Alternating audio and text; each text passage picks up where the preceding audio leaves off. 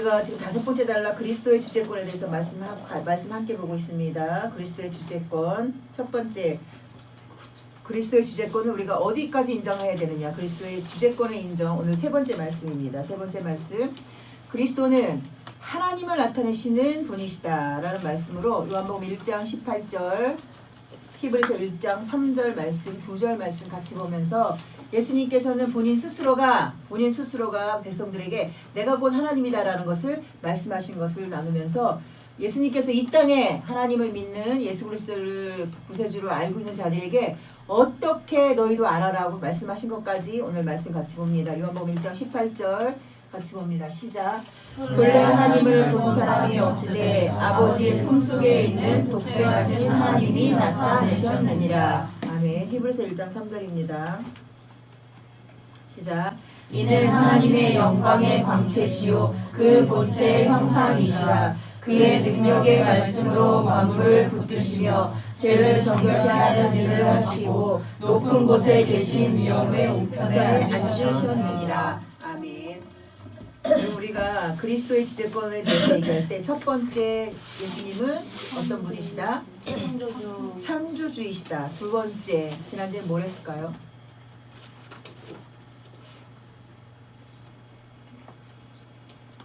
지난주에 뭐 했을까요?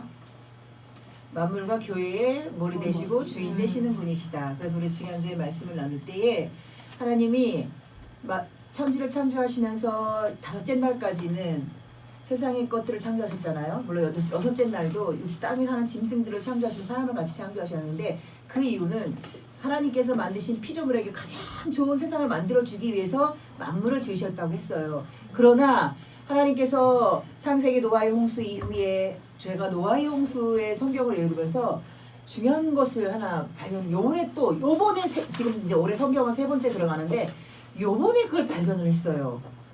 참 인간이 그러니 얼마나 무지한 존재인지 몰라요. 하나님께서 창세기 우리 6장 오늘 본문 들어가기 전에 창세기 6장 한번 보고 갈까요? 6장이 아니라 9장인가 봐요. 9장. 하나님께서 노아에게 그 약속하실 때에 자 17절 노아 9장 17절 끝 17절 이제 언약의 부분이 약속이에요. 하나님께서 노아와 언약 9장에 파란 부분에 보면 하나님이 노아와 언약을 세우시다 이렇게 돼 있잖아요. 그래서 많은 사람들이 알기를 하나님께서 노아에게 내가 다시는 인간들의 죄로 세상을 멸하지 않을 것이다 말하면서 무지개를 띄우셨어요. 그래서 비가 많이 오는 날 무지개가 뜨면 비가 더 이상 많이 오지 않을 거라는 거 우리는 이 세상 하나님을 믿지 않는 사람들도 모두가 다 알아요. 왜? 비가 오면서 무지개가 뜨는 이유는 비구름 사이에 햇빛이 있다는 얘기거든요. 먹구름이 많지 않다는 얘기예요. 그렇게 알고 있는데 그게 어디서 왔는지 이 무지개라는 것이 성경에 나와 있다는 것까지 사람들이 이해하지 않아요. 그러나 우리도 거기까지만 알았어요. 근데 하나님께서 노아에게 약속하실 때 그것만 갖고 약속하신 게 아니라 뭐까지 약속하셨냐면 내가 세상의 짐승들과 동물들과 하나님이 가라사대 12절 봅니다. 12절 다 같이 봅니다. 시작. 하나님이 가라사대 내가 나와 너희와 및 너희와 함께하는 모든 생물의 영세까지 세우는 언약의 증거는 이것이라. 이렇게 표현이 되어 있더라고요. 하나님이요. 하나님과 모세와만 언약을 하신 게 아니라 세상에 있는 모든 생물을 걸고도 약속하신 거예요. 그 생물에게까지도 비로 이들을 멸하지 않겠다는 약속을 세우셨더라고요. 제가 요번에 읽으면서 요 부분이 있다는 게 처음 알았거든요. 저는 그냥 지금까지 볼 때는 하나님이 노아와 언약을 하셨구나. 그래서 무지개를 주셨구나만 알고 있었어요. 정말 부끄럽지만. 그런데 오늘 말씀을 보니까 하나님은 노아와만 약속을 하신 게 아니라 세상의 모든 만물까지도 다시는 비로 멸하지 않겠다고 모든 생물에게까지도 하나님이 친히 그 생물을 향하여 언약을 하신 거예요. 그래서 우리가 만물도 지난주에 얘기한 것은 어디냐. 그래서 만물도 사람이 하나님처럼 보존하고 하나님처럼 하나님이 우리에게 주신 거기 때문에 귀하게 여길 당연한 가치가 있다. 그래서 자연이든 짐승이든 마구 훼손하는 것은 그건 창조 순리에서 어긋난 거다까지 저희가 지난주에 말씀을 봤어요. 그러면 이번 주는 무슨 말씀이냐. 예수 그리스도는 누구를 보여주시는 분이시다? 하나님을 보여주시는 하나님 본인이시다라고 예수님께서 누누이 성경을 통해서 말씀하고 계십니다. 자, 그러면 성경 중에서 예수님께서 내가 곧 하나님이야, 이 내가 하는 말은 전부 하나님의 말씀이야. 나는 내 생각대로 말을 전하지 않아. 이 성경이 어디 성경이에요? 그렇죠. 요한복음이에요. 요한복음에 집중해서 예수님께서 말씀하고 계세요. 왜냐하면 마태, 마가, 누가, 요한복음에 말씀을 보면 겹쳐지는 부분이 굉장히 많아요. 많이 겹쳐져요.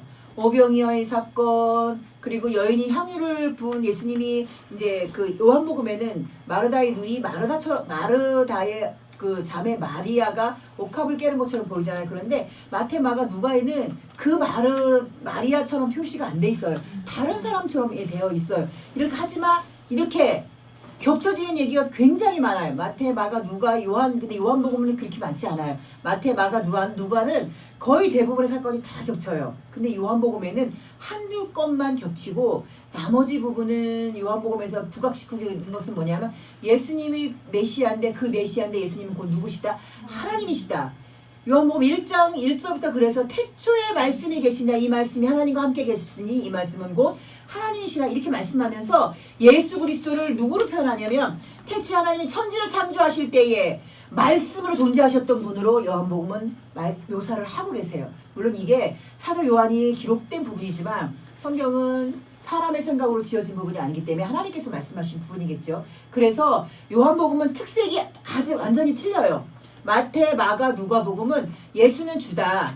예수는 분명히 주야. 그런데 그것을 어디서 찾냐? 근데 주면서 하나님이시기도 하시다. 그러나 주면서 예수님은 선지자시기도 하시다. 주면서 예수님은 왕으로 오신 분이다. 이것을 나타내고 있어요. 각 책별로. 근데 유독 요한복음만 예수는 하나님의 아들이시다. 예수는 메시아다. 예수는 그리스도다를 하나님과 본체와 동일하신 분으로 묘사하고 있는 책은 요한복음입니다. 그래서 오늘은 요한복음을 우리가 중간중간 보면서 예수 그리스도가 나는 하나님이야. 나를 보면 하나님을 본 것이어야 돼. 자, 그러면 예수님께서 유일하게 기록되어 있는 예수님께서 겟세마네 동산에서 잡히시기 전 마지막으로 기도한 부분이 어디에 있냐면 요한복음에 있어요. 요한복음 17장 전체가 그때 예수님이 하나님이 하신 기도 부분이에요. 그 기도에 예수님께서 우리를 뭐라고 하셨을까요? 남겨진 우리를 뭐라고 하셨을까요? 예수님은 늘 끊임없이 주장하시는 게 뭐였냐면 하나님과 나는 하나다. 자, 그럼 눈치 빠른 사람 빨리 때려잡는 거야. 그럼 예수님께서 하나님 앞에 기도할 때 저는 이제 갑니다, 아버지. 저는 이제 아버지를 영화롭게 해드리기 위해서 정말 하나님을 극도로 이제 영화롭게 해드리기 위해서 저는 이제 그 길을 갑니다. 마지막 길입니다. 그래서 하나님 남겨진 자들을 하나님께서 돌보십시오. 이렇게 말하면서 하나님과 저가 하나였습니다. 남겨진 자들은 뭐가 될까요?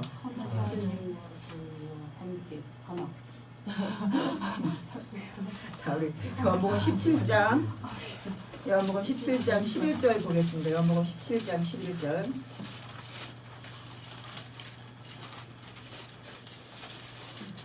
요한복음 17장 11절 우리 다 같이 봅니다. 시작.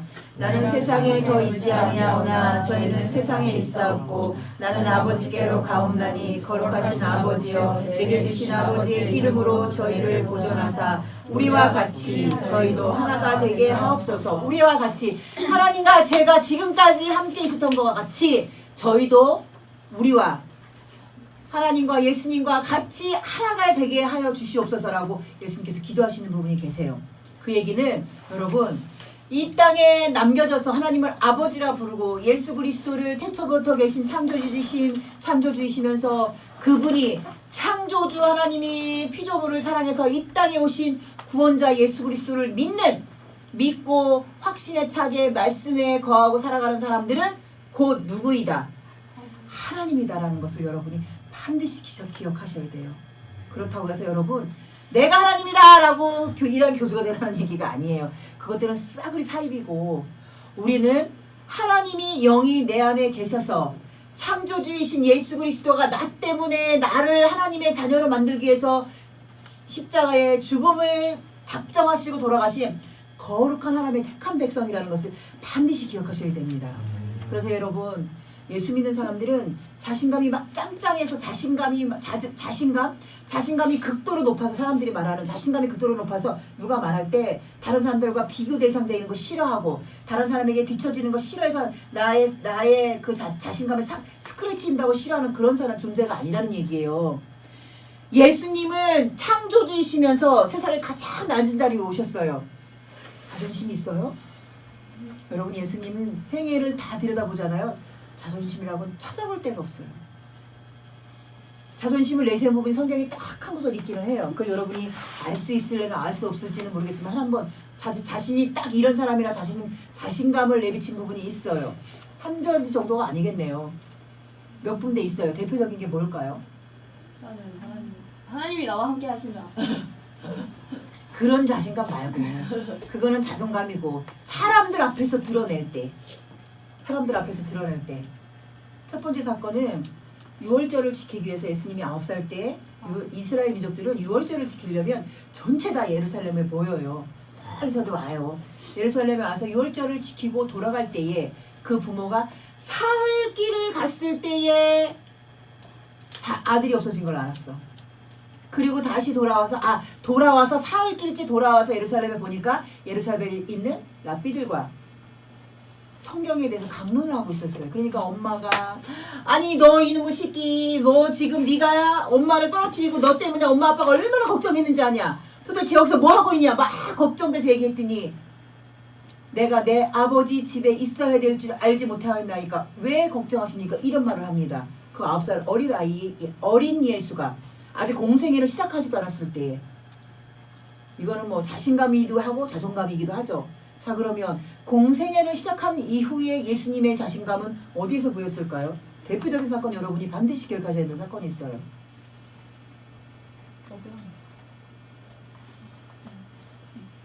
바리새인들 앞에서 얘기할 때 그 부분은 참 많지요. 대표적인 사건은 뭐냐면 성전을 뒤집어 엎은 사건이에요. 성전을 막 뒤집어 엎으면서 왜? 성전은 누구의 집이에요? 하나님의 집이에요. 그리고 성전을 뒤집어 엎으시면서 이곳은 나의 거할 처소다 이렇게 말씀하시거든요. 성전을 뒤집어 엎어서 하나님의 거할 처소 나의 거할 처소를 더럽힌다고 예수님께서 불같이 화를 내셨어요. 그러면서 이곳은 나의 처소다. 성전 뒤집어 엎는 사건은 굉장히 중요한 사건이에요. 예수님의 생애에 있어서. 왜? 성전의 주인은 바로 누구다? 하나님이시며 바로 나다라는 것을 세상 사람들에게 보여주면 이게 첫 번째 유월절 사건에 기록이 돼 있어요. 예수님이 공생애를 시작하시면서 바로 하신 일이에요. 왜? 이미 이스라엘 민족에게 선행하는 그 성전의 문화라는 것은 돌이킬 수 없이 타락이 돼 있었거든요. 성전이 하나님을 예배하는 곳이 아니라 성전의 지킴이처럼 있는 제사장들의 배를 불리는 곳이 됐어요. 제사장들의 개인 사유, 개인 제사를 늘리는 곳이 돼버린 성전을 예수님께서 보시면서 지극히 화를 내신 부분이에요. 예수님이 자존심에 완전히 상처를 입으신 거죠. 자존심뿐만 아니라 자존감에도 상처를 입으셨기 때문에 아주 굉장한 사건처럼 여겨집니다. 이 성전을 뒤집어엎는 사건 때문에 그때부터 시작해서 예수님은 바리새인들과 서기관들에게 표적이 되셨어요. 네. 표적이 되셔서 저것들이 왜? 그거 뒤집어 엎으면서 예수님께서 막 이 하나님의 집을 강도의 토굴로 만들었다. 매매하고 돈거래하고 이러면서 막 뒤집어 엎으시면서 제사장들이 결국은 누가 됐다는 얘기예요. 강도가 된 것을 말씀을 하셨거든요. 그러니 자존심이 상한 제사장들이 가만히 있었겠어요? 그때부터 예수님을 표적으로 삼아서 예수님이 가는 곳곳마다 예수를 따라다니면서 그게 뭐지? 스파이. 그렇죠. 예수님이 가는 곳곳마다 스파이를 심어놨어요. 예수님이 다니시는 곳에는 예수님을 하나님으로 알고 병 고침을 받으려고 하는 자, 배고픔을 해결하려는 자, 문제를 해결하는 자만 있었던 게 아니에요. 곳곳에 제사장과 바리새인들 스파이들이 같이 동행을 했어요. 그래서 그들이 그때마다 보고가 됐기 때문에 예수가 어디를 가시든지 그곳까지 따라가는 거예요. 예수님의 일생을 보면 유월절과 갈릴리 지역 그 두 지역을 왔다 갔다 하면서 공생의 3년 반을 사역을 하시거든요. 자 그러면 여러분 제가 금요일날 여러분의 자존심을 좀 건드렸어요. 말씀에 대해서 말씀을 보고 말씀을 정리하고 이상한 부분을 찾자라고 말을 하면서 제가 그냥 던지면 좀 야박할 것 같아서 그 삼손에 대한 줄거리를 쫙 얘기를 해주고 던졌음에도 불구하고 아무도 이상한 점을 찾지를 못했어요. 그래서 제가 여러분에게 얘기를 했습니다. 아직도 성경을 보는 눈이 절대 여러분이 열리지 않았으니까 여러분 성경에 대한 자신감 다 버리세요. 이렇게 말을 했어요. 그럼 도대체 왜 성경에 대한 우리가 보는 눈이 없느냐 이거예요. 이거를 조금 더 극히 비하를 해서 예수 그리스도가 여러분 속에서 완전한 주인이 안 됐습니다라고 저는 말을 하겠습니다. 왜? 성경을 보는 눈 자체가 내가 성경을 보면요 절대 열리지 않아요. 성경은 육신의 눈으로 성경 보잖아요. 이거 전체 사입이에요. 갑자기 하나님이 빛이 있으라 그랬더니 빛이 갑자기 어두웠던 흑암이 공허해서 어둠이 수면에 쫙 깔릴 텐데 갑자기 빛이 확 열렸대. 이게 믿어져요 여러분? 믿어지지 않아요. 그래서 세상 사람들이 말하는 것이 지구는 어떻게 창조되었다? 빅뱅으로 창조되었다고 하는 거예요. 빅뱅 이론이 뭔지 여러분 아시나요 정확하게? 빅뱅 이론은 뭐냐면 우주에 떠다니는 유기물 어떤 물질 하나가 큰 충돌을 우주에서 일으킨 거예요. 큰 충돌을 일으켜서 빵 터졌는데 그 뚝 떨어진 게 지구, 뚝 떨어진 게 나무, 뚝 떨어진 게 사람, 뚝 떨어진 게 건물이라는 거예요. 그러면 그 당시 있었던 빅뱅은 지금 왜 안 일어나요? 나는 그런 빅뱅 이론을 주장하는 과학자들이 참 이상한 게 그렇게 수억 년 전에도 빅뱅 이론이 있었으면 지금도 끊임없이 빅뱅은 있어져야 되는 거예요. 그 한 번만에 빅뱅이 있어서 세상에 우주가 창조되고 지구가 창조되고 인간도 빅뱅 이론에서 창조가 되고 인간이 누리는 모든 게 빅뱅 이론에서 창조가 됐다면 끊임없이 가뭄이 나서 장마가 져서 자연이 훼손이 되면 그 자연을 만든 빅뱅 이론의 주체는 또다시 빅뱅을 만들어서 그 훼손된 것을 정상화시켜야 정상이에요. 여기까지 절대로 아무도 생각하지 않아요. 그러니까 모순이라는 거죠. 여러분 사람의 눈으로 성경을 보면 성경은요 부도덕한 책이에요. 왜? 미안하지만 성경의 역사의 대부분 인류는 어떻게 보존이 됐어요? 어떻게 보존이 됐어요? 이 뭐라고 그래야 돼? 아예 틀린 사람이 결혼해서 가정을 이룬 게 아니라 사촌지간, 고모와 조카가, 삼촌과 조카가 내 이복누이와 이복누이와 왜 아브라함의 아내 사레가 누구였냐면 아브라함이 이복누이예요. 이복누이와 그리고 이삭의 아내 리브가는 누구예요? 사촌이에요. 네, 사촌지간이에요. 성경을 보면 이거 뭐라고 그러죠? 우리 저기 사람들 근친상간 그렇죠. 근친상간으로 이루어진 책이 성경이에요. 성경이 깨끗한 책? 아니에요, 여러분. 성경은 세상 사람들이 볼 때 근친상간이라 라고 말할 수 있지만 그것이 진실이기 때문에 진실을 기록한 책이에요. 성경이 정말 진실을 기록한 책이 아니라면 지저분한 거 빼겠지. 시아버지가 며느리를 창녀로 알고서는 세상에 아무리 며느리가 얼굴에 면박을 하얀 천으로 눈만 내놓고 있다고 며느리를 몰라보면 말이 돼요? 목소리도 할 테고 확인도 안 하고서는 그 하룻밤을 해서 며느리가 임신해서 쌍둥이를 낳고 아이고 참 희한반짝한 책이에요. 성경은. 세상 사람들이 성경을 믿지 못하는 이유가 뭐예요? 성경은 사람의 눈으로 보기 때문에 그래요. 근데 여러분 미안하지만 여러분이 성경을 보면서도 자꾸 성경의 눈이 점점 열려지질 않아. 계속 그 자리에 머물러 있어. 이 얘기는 도대체 뭐예요?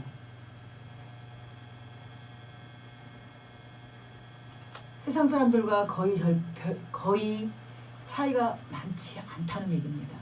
이 말을 제 입으로 할 수밖에 없는 거 여러분한테 정말 죄송하지만 그렇다고 여기다가 어떤 좋은 말을 섞어서 여러분들한테 얘기하면 저는 그렇게 하고 싶지는 않아요.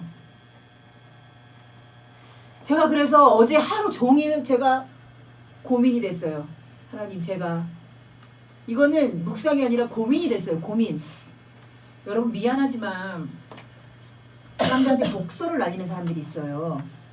독서를 많이 날리는 사람, 정치하는 사람, 뭐 하는 사람들도 독서를 많이 날려요. 근데 그 사람들이 보면 진실을 말하지 않는 게 아니잖아요. 다 진실이에요. 근데 그 진실을 어떻게 말하냐면 듣기 좋게 포장한 사람들이 2번, 3번, 4번 생각해서 알아듣게 말하는 게 아니라 한 번 딱 말했을 때 알아듣게 말하는 거를 사람들은 독설이라고 표현을 해요. 근데 사실 저도 이 타고난 기질 자체가 말을 했을 때 이거를 2번, 3번 이렇게 말하면 알아듣겠지? 라고 말하는 기질이 저 속에 없어요. 제 속에 아예 그 기질이 없어요. 저는 이 목회하기 전에 그냥 일반 교회에서 평교사를 할 때도 그런 기질이 아예 없었어요. 담당 부교육자, 물론 당회장 목사님 이런 분은 아니면, 물론 당회장 목사님한테도 한 번씩 그렇게 한 번씩 독서를 할 때도 있었지요. 그래서 여러분 아시죠? 오차원 이렇게 말하면 또 다 듣겠네.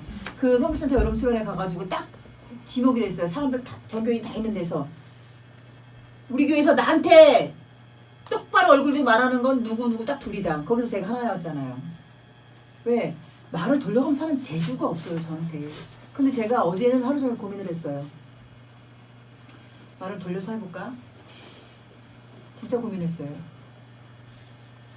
왜? 사람들이 말을 독설하는 사람들한테 이렇게 말을 해요. 아무리 좋은 말도 사람이 딱 들었을 때 감정이 상하고 기분 나쁘면 생각 안 한다 이렇게 말을 해요. 근데 그건 듣는 사람 책임이지. 자, 그러면 좋은 말을 돌려서 아름답게 했을 때 2번, 3번, 4번 생각해서 알아들으면 그건 제대로 알아듣나요? 여러분 사람이 그럴 거라고 기대하지 마세요. 사람은 그런 존재 아니에요. 2번, 3번, 4번 생각해서 알아듣는 소리 같으면 뭐라고 판단하는 줄 알아요? 아 그래, 그건 그럼 맞는 것 같아. 근데 그건 그렇게 중요한 것 같지 않아. 이렇게 말을 해요. 왜? 막바로 내가 깨닫지 못했기 때문에. 이게 사람이에요. 직설로 직격탄을 날리면 기분 나빠. 귀에 거슬려. 이렇게 말하고 돌려서 말하면 아 그건 그런 것 같은데 그닥 중요한 것 같지는 않아. 이렇게 말하는 게 사람이라는 걸 여러분 우리는 알고 있어요. 아니 우리만 아니라 모든 사람이 다 알아요. 그런데 뭐 때문에 그렇게 말하냐? 나도 인격이 있는데 내가 듣기 싫은 소리는 하면 안 되지. 네가 나한테 내가 듣기 싫은 소리 하면 안 되지. 이게 전반적인 사회의 흐름이에요 여러분. 그 인격의 결론이 뭐냐? 7개월 된 어린아이가 친모가 방치해서 굶어 죽은 사건이에요. 어린아이가 있지만 내 인격이 더 중요한 거야. 내가 그 아이를 매달려서 내 시간을 소모하고 나를 희생시켜서 그 아이를 양육해야 될 권리가 없는 거예요. 그럴 필요가 없는 거예요 이 땅에. 어제 그 뉴스에 더 큰 결과가 나왔습니다 여러분. CCTV, SNS의 결과를 보니까 20일 이상 방치됐다고 하네요. 요즘 젊은 사람들이 그게 SNS를 하잖아요. 근데 그게 자신의 발목을 잡는, 그죠? 연예인들도 다 SNS 때문에 드러난 거 아니에요. 자신이 즐기기 위해서 만드는 사회적인 문화가 결국은 자신을 죽음을 사회로부터 격리되는 것으로 결과로 만들어내요. 그래서 이 엄마 아빠의 SNS를 봤더니 최장기간은 20일 이상 아이를 방치한 거로 결과가 완벽한 건 아닌데 그 이상 방치했을 가능성이 물음표가 찍혔더라고요. 여러분 사람이에요. 사람이죠. 눈, 코, 입 달리고 머리 생각하고 자신의 의지대로 하는 사람이죠. 그러나 세상 모든 사람이 이렇게 말해요. 사람이 인자가 왜 2개냐? 혼자서는 살 수 없기 때문에 반드시 누군가와 함께 살아야 되기 때문에 한물에 사람 인자가 있다고 했어요. 이거는 성경입니다 여러분. 중국이 한자가 만들어졌을 때 이미 중국에는 복음이 들어가 있었어요. 성경에 하나님께서 아담이 홀로 서 있는 게 보기가 민망하고 독처하는 게 쓸쓸하고 외로워해서 누구를 보냈다? 하와를 보내서 가정을 이루게 하셨다. 이렇게 성경에서 말하고 있는데 이게 그런데 성경에서 말하고 있는 사람들은 그거 성경하고 전혀 연결시키지 않고 한문이 만들어질 때, 상형 문자가 만들어질 때 왜 사람 인자를 이렇게 썼느냐? 사람은 절대 혼자 살 수 없는 존재다. 그래서 이렇게 많은 건데 이렇게 말을 하고 있는 거예요. 여러분 세상의 모든 진리가 세상 사람들이 편하게 세상 사람들이 이해할 수 있게 말을 변형시켜서 말을 해요. 그러나 이 방법이 그리스도인들이 복음을 보는 눈으로 들어오면 우리는 죽습니다. 우리는 죽습니다. 그리스도인들은 어떠한 시선으로도 성경을 봐서는 안 돼요. 어떠한 관점을 가지고도 성경을 보면 안 돼요. 사회주의 관점, 동성애를 옹호하거나 이해하는 이런 다문화의 관점, 이것도 다 성경 보는 앞에서는 전부 다 내려놓으셔야 돼요. 전부 내려놓으셔야 돼요. 성경을 보는 눈의 관점은 오직 예수 그리스도가 하나님이시며 하나님의 아들이시며 우리를 십자가에 보내주신 위에 돌아가신 분인데, 근데 그 예수 그리스도가 십자가를 지시면서 우리에게 한 얘기가 뭐냐? 나는 갈 것이다. 그러나 나의 영, 예수 그리스도의 영이 새로운 보혜사, 새로운 영이 너희 가운데 오면 그래서 여러분 제가 금요일에 그렇게 말한 거예요. 그 예수 그리스도의 영, 보혜사의 영이 우리 가운데 오면 무엇을 하게 하신다? 예수님께서 말씀하신 걸 깨닫게 하고 알게 하고 기억나게 한다. 그러면 성경을 제대로 본인 눈에 없는 여러분 속에서 성령 예수 그리스도의 영이신 보혜사의 영이 일을 하고 있어요, 안 하고 있어요? 이렇게 말하면 제가 이렇게까지 말하고 여러분 이렇게 말했으면 좋았을 뻔했죠, 그죠? 금요 차례 때도. 근데 이렇게까지 말하고 말씀을 드린다는 얘기는 여러분이 정말 어린 영이라는 거예요. 영적으로 어리고 기독교의 교육 안에서도 어린 수준이라는 거예요. 이렇게까지 말할 필요가 굳이 없잖아요. 알고 있잖아요. 물어보면 알고 있잖아요. 여러분 물어보면 알고 있다는 얘기는 여러분은 이미 이런 말씀까지도 알아서 본능적으로, 본능이 아니죠. 알아서 그 알고 있는 말씀의 힘이 여러분을 이끌어가야 되는데 그 말씀의 힘이 여러분을 이끌어가고 있지 못하다는 거예요.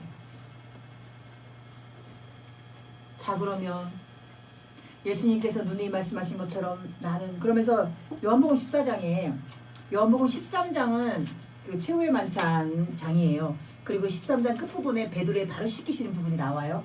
그러면서 막 베드로가 절대 못 씻깁니다 막 이러니까 내가 사단아 물러가라, 내가 네 발을 씻기지 않으면 너랑 나랑 상관이 없다 막 이렇게 하시면서 뭐 14장으로 딱 넘어가십니다.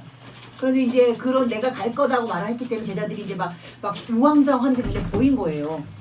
막 난리가 났어요. 자기네들끼리 수군거리고 선생님이 우리를 버리고 간대, 큰일 났다, 우리는 어떻게 하냐, 막 이런 상황에서 요한복음 14장이 기록된 거예요. 요한복음 14장 첫 1절이 뭐냐 하면 너희는 마음에 근심하지 말라, 하나님을 믿으니 또 나를 믿으라, 이렇게 시작을 합니다. 그래서 예수님이 그 다락방 설교를 쭉 이어가시니까 빌립이 느닷없이 그러면 예수님 아버지께로 가신다고 했는데 나에게 아버지를 보여주세요, 이렇게 말을 하는 거예요. 여러분 제자들이 그러니까 예수님은 3년 6개월, 지금 3년 6개월의 마지막 부분이거든요. 3년 6개월을 따라다니고 그 엄청난 하나님으로부터 내려오는 말씀, 예수님은 사람들에게 막 말할 때 바리새인들이 계속 그랬어요. 도대체 네가 무슨 권세를 가지고 네 입에서 그렇게 말을 하느냐, 이렇게 말할 때마다 나는 내 생각으로 말하는 것이 아니요 나는 오직 아버지의 생각만 가지고 말을 합니다. 이거를 요한복음 앞에 보면 다 기록이 돼 있어요. 시간상 다 찾을 수가 없으니까 여러분이 요한복음을 집중해서 보실 때 다시 보시면 돼요. 이렇게 누누이 얘기했어요. 그럼 제자들이 그 이야기를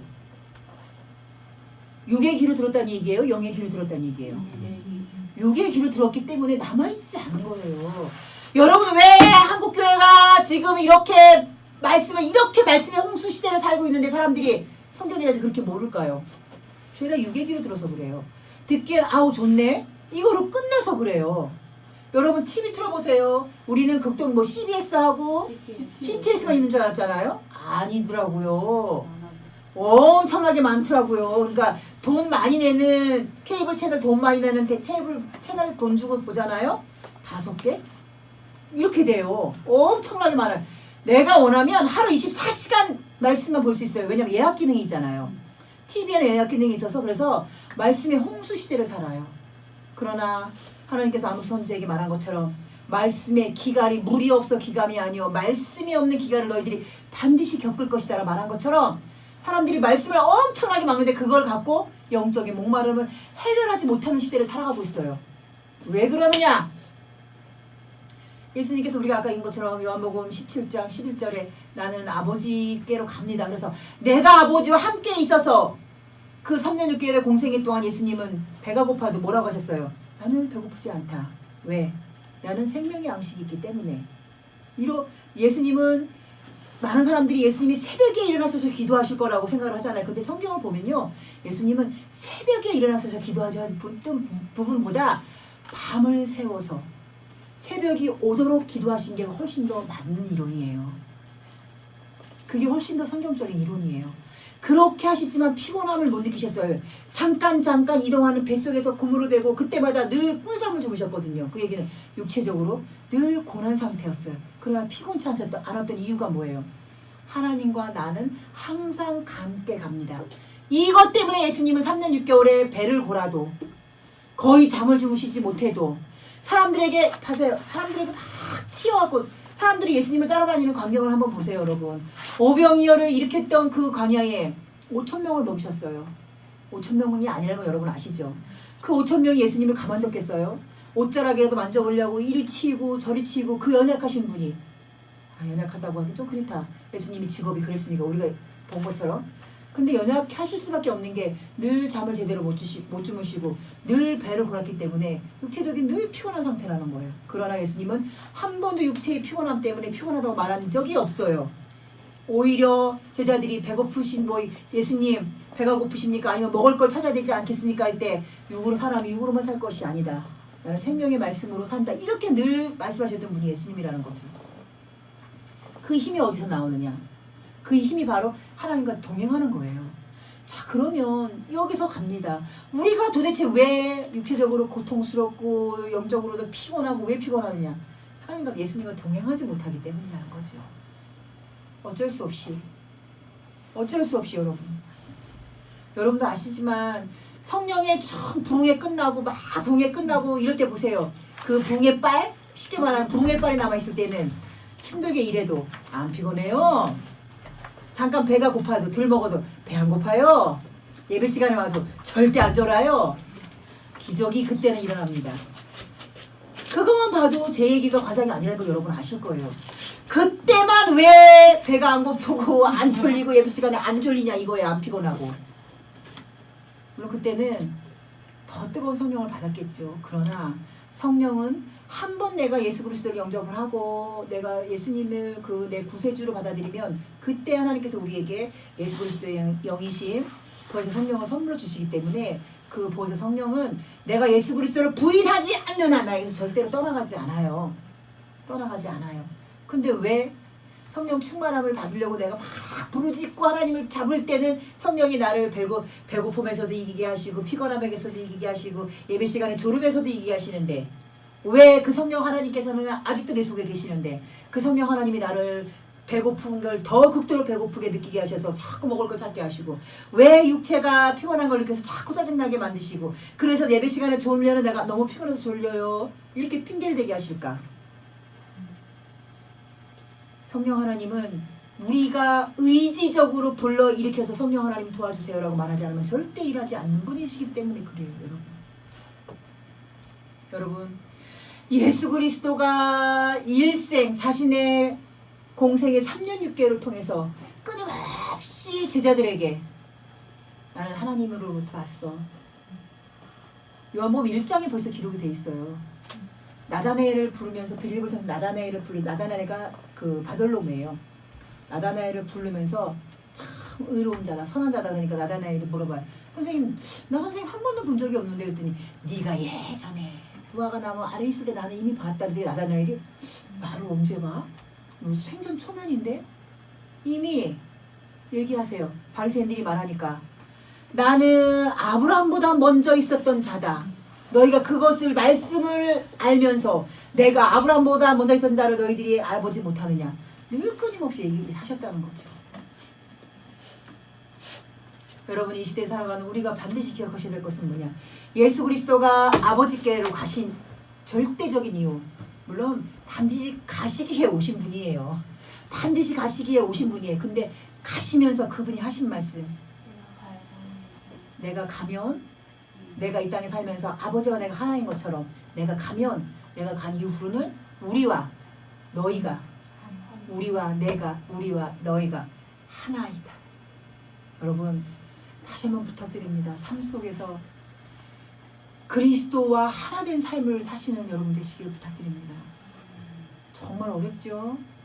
왜 육신이 이 땅에 두고 사는데 그 육체를 무시할 수가 없는데 그렇기 때문에 예수 그리스도와 내가 하나라는 인식, 내가 곧 하나님의 아들, 하나님을 보여줘야 되는 세상 사람들에게 하나님을 보여줘야 되는 하나님의 피조물로 살지 아니하면 결국은 하나님과 나는 관계가 없는 사람이라는 것을 아시지 않으면 안 돼요. 어쩔 수 없이. 요한복음 8장 보고 오늘 마무리합니다. 요한 8장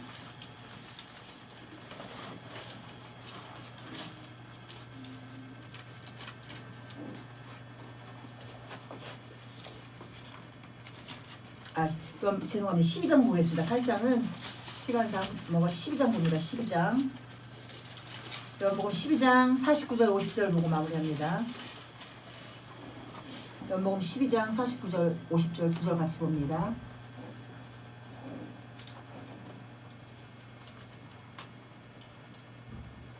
시작. 그 중에 한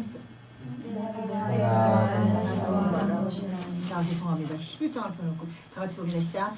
내가 내 자유로 말한 것이 아니요 나를 보내신 아버지께서 나의 말할 것과 이룰 것을 친히 명령하여 주셨으니 나는 그의 명령이 영생인 줄을 아노라. 그러므로 나의 이르는 것은 내 아버지께서 내게 말씀하신 그대로 이르는 것이니라.